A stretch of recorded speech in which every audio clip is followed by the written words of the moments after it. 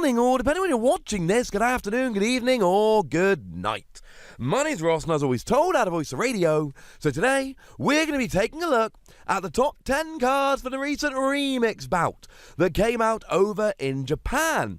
Not the best set we've ever seen, but there are some good cards in there.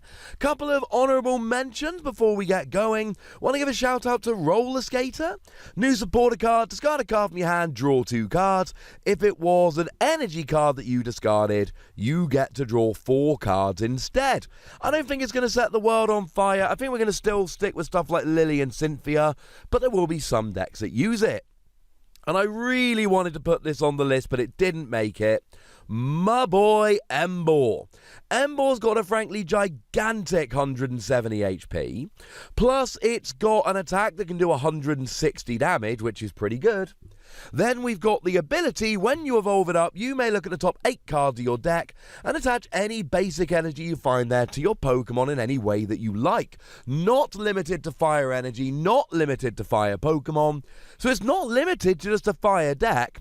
Though I do believe Emboar's going to be pretty gosh darn good. And if you just want to play Emboar by itself, don't forget the triple acceleration energy will get you 3/4 of the way to that 160 damage.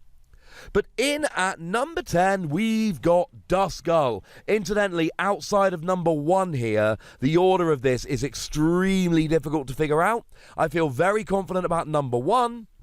I do not feel confident about 2 till 10. You can mix the order up here pretty much as you like. Duskull then, it's got a really nice ability whereby you can discard 3 cards from your hand and then search your deck for a Dusclops and evolve it. And look, if you're playing a Dusknoir deck, this is fine. If you're playing a Dusknoir deck, this will allow you to get your evolution a bit more easily or help you cheat evolution.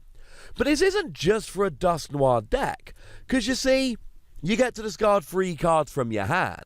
So anything like Vespiquen in Expanded or Zoroark in Standard, where you want more cards in the discard, Alolan Executor wants energy in the discard. This is going to be really good. I think there is a lot of use potentially for this card. I think there are a lot of good things you can do with this. I think in a Dusknoir deck, it's really kind of over-the-top great because you can cheat evolution. But I think outside of that, it's a pretty gosh darn good card as well. In at number 9, we've got Guzzlord. Ladies and gentlemen, Guzzlord, I really think is going to at some point wreck a tournament. 1 Darkness Energy, discard the top card of your opponent's deck is a handy bonus, nothing more. But for 2 Darkness, 2 Colourless Energy, you get to do 120 damage, but if you take a KO, you take an extra prize. Maybe you soften up an EX and take 3 prizes. Maybe you soften up a Tag Team GX and take 4 prizes.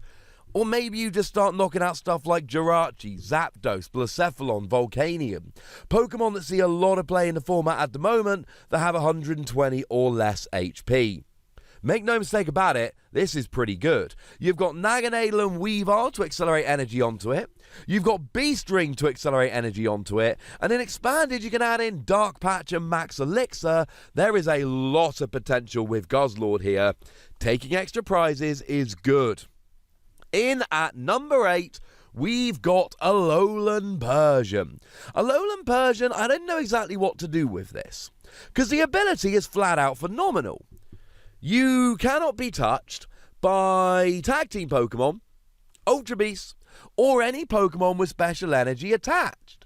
And it's all effective attacks you're preventing, not just damage. It seems great. But then you add in underwhelming attacks and the fact that your opponent can just play a power plant and then hit you as much as they like, and it makes me a little bit sad. The GX attack can go through any effects on the defending Pokemon, one doing 120 anywhere. That's quite nice. But the underwhelming attacks and ease with which the ability can be circumvented make me think this is a bit high at number 8, whereas the fact that if your opponent doesn't play or can't draw into a power plant makes it basically invincible against a whole bunch of decks, make me think it's too low. Yeah. In at number 7, we've got Charizard and Braixen. And the worst thing about Charizard and Braixen, it's not Reshiram and Charizard. And Reshiram and Charizard is the best Pokemon, the best attacker we've got in the format right now. It's brilliant. What does this bring to the table? Well, the GX attack is literally Zero Aura's GX attack. But if there's an extra energy on there, you also get Burn and Confusion. It's fine, but nothing too special. But what we can do here for 4 energy, 180 damage, search your deck for any free card. It Steven's Resolve while doing 180 damage. And the thing is, 180 will be enough to get a whole bunch of stuff like Blacephalon, Rayquaza, Dedenne, etc. But it's not 230. And one of the problems with Reshiram and Charizard post-rotation is that 230 isn't actually enough to KO your other tag team GXs, and that can be a problem. But then again, you can search for any free cards, and that can give you everything you need to win the game, so yeah. I think we're going to see one of these in a bunch of Reshiram and Charizard decks, but I don't think it's going to be challenging Reshiram and Charizard for Supremacy. Having said that, if you're not getting a KO on most stuff anyway, maybe searching for free cards is better than the extra 50 damage. I'll let you be the judge. In at number 6, we've got Bewear. Now, by rights, Bewear should be stunning, and Bewear should see a huge amount of play. The ability here, if it's on the bench, reduces the retreat cost of your active Pokemon by 2. But in a format where we haven't had Floatstone for a while, and we don't have Guzma, we don't have Escape Rope, and we're losing a lot of our good switching options, this is going to be really, really nice. Most decks at the moment have 4 to 6 Guzma and Ace Roller that they can use to do some switching. So most decks are losing 4 to 6 of their switching options, but adding Bewear in to give yourself free retreat, yeah, that's pretty good, ladies and gentlemen. But things like this haven't always seen a huge amount of play in the past. I think we're moving into a format where Bewear will see play, but I cannot promise you that. In at number 6, we've got Professor Oak's Setting, a new supporter card that lets you search for 3 basic Pokemon of different types and put them onto your bench. Well, post-rotation, there's no Ultra Ball, there's no Nest Ball. Professor Elm's Lecture is great, but only where you've got Pokemon with 60 HP or less. Pokemaniac is great, but only where you've got Pokemon of a retreat cost of 4. This is another part of the puzzle, and it should be somewhere around as good as both of them are. Some Fire decks only want to play Fire Pokemon, but there's plenty of decks out there that are playing 1 Ditto Prism Star and 2 different types of Pokemon, and that alone will get you up to 3 different types. Ditto Prism Star is going to be the reason why a lot of decks can use this turn 1, so it means they're getting 3 different types rather than 2. Either way, it's Pokemon Search in a format where we're lacking that, so I'm all for it, and it goes in at number 5. In at number 4, Venusaur and Snivy. And like we said with the previous Tag Team GX, I don't think this is as good as the other version. Celebi and Venusaur seems like a better attacking Pokemon. But this has an ability whereby if it's active and you attach a Grass Energy, you get to drag one of your opponent's bench Pokemon into the active. And we're in a format where we're losing most of our good ghosting options. We're losing Guzma, we're losing Pokemon Catcher, we're losing Counter Catcher, we're losing Lycanroc. And like we said about a couple other cards on this list, this is one of these that is really going to be good because of the stuff we're losing. We don't have great gusting options. That makes this a genuinely viable card, though I think the attacking options of Celebi and Venusaur are better. I mean, the GX attack here does 50 damage to each of your opponent's Pokemon, and if you've got 2 extra energy, you heal all damage from each of your Pokemon. But why 50? If this did 60, you could knock out all of your opponent's evolving basics, their Grubbins, their Inkays, etc. Maybe that's why it doesn't do 60. In at number 3, Blastoise and Piplup. Now, if this was a personal list, this would be number 1. I adore this card. But this is kind of a boom or bust kind of thing. This is either going to be a phenomenal card in and of itself, or it's not going to see play. This is not going to be teched in like so many of the other cards on this list. 2 water, 1 colorless energy, 150 damage. And you can attach 3 water energy to anywhere you like, and heal 50 from that Pokemon for each energy you attach. So if you attach 1 energy to a Pokemon, you heal 50 from it. If you attach 2 energy, you heal 100, etc. This seems like a really good attacker. You're 2-hit KOing basically everything while accelerating energy, while healing. And okay, you're 2-hit KOing, But unless you're against a deck that can one-hit KO and you've got 270 HP and we're losing Choice Band, I think two-hit KOing is going to be a lot of what we've got post-rotation. And this is set up to do it more so than the vast, vast majority of Pokemon.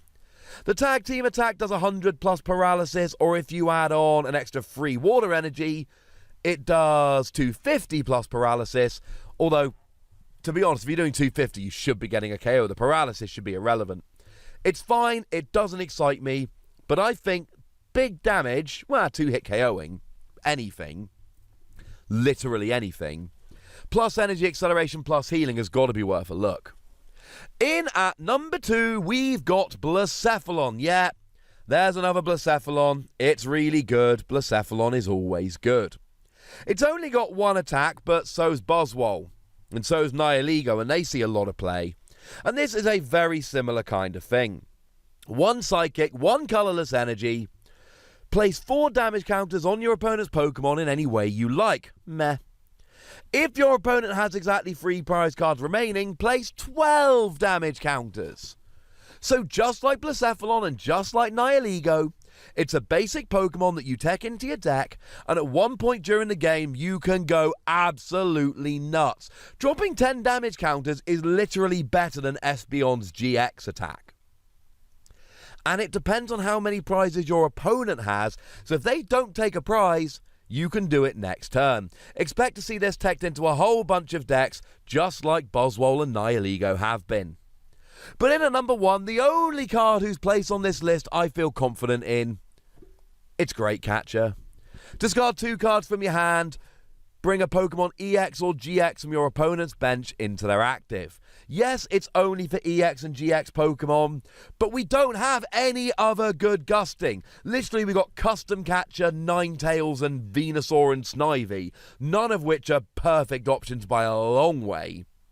And yeah, you got to discard 2 cards from your hand, but we didn't care doing that for Ultra Ball. Frankly, this is the best gusting we're going to have post-rotation by a huge margin, and I expected to see a huge amount of play in a huge amount of decks. It's going to be huge! Maybe they should have called it Huge Catcher. So there we go, ladies and gentlemen. That's my top 10 list, although like I've said, I think it's 1 and then 2 to 10. You could mix up as much as you like. I wouldn't be terribly upset. But I'd like to know what you think. Are there cards that you think should have been on here that I've left out? Do you think there are cards on here that shouldn't be? Give me your own top 10 list in the comment section if you want me to love you forever. Go nuts, but please be nice. And then make sure you like this video, subscribe to this channel, follow me on Twitter at TheWassy, and Twitch for some live action at twitch.tv/PTCGRadio. If you want to support the channel, get some bonus podcasts and all that, head on over to patreon.com/PTCGRadio, where you can do exactly that.